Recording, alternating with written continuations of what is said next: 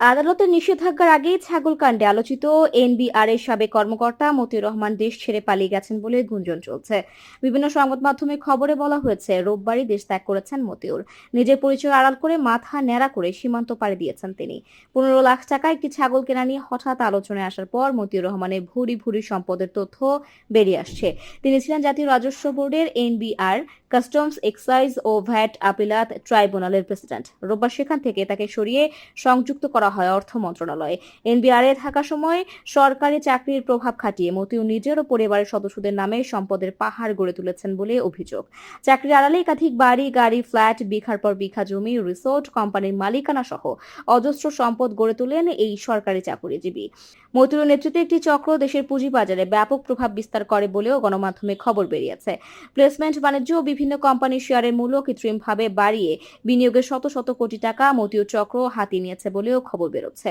সম্পদের পাশাপাশি জনসম্মুখে আসছে মতিউরের পারিবারিক কেচ্ছাও। তার প্রথম স্ত্রী লায়লা কানিজ নরসিংদীর রায়পুরা উপজেলা চেয়ারম্যান।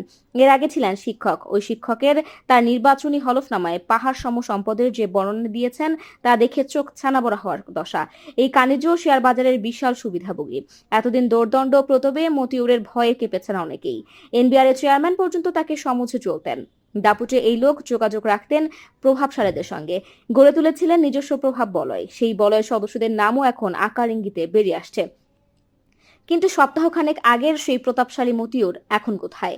ঢাকার একাধিক বাড়ির কোথাও মিলছে না তার দেখা। ছাগলকাণ্ডে আলোচনায় আসার পর থেকে কোনো হদিস মিলছে না মতিউরের। সর্বশেষ গত 18 জুন একটি বেসরকারি টেলিভিশনে সাক্ষাৎকার দেন। এরপর থেকেই লাপাত্তা। বসুন্ধরা, ধানমন্ডি সহ মতিউরের বিভিন্ন বাসভবনে খোঁজ নিয়েও সন্ধান মিলছে না।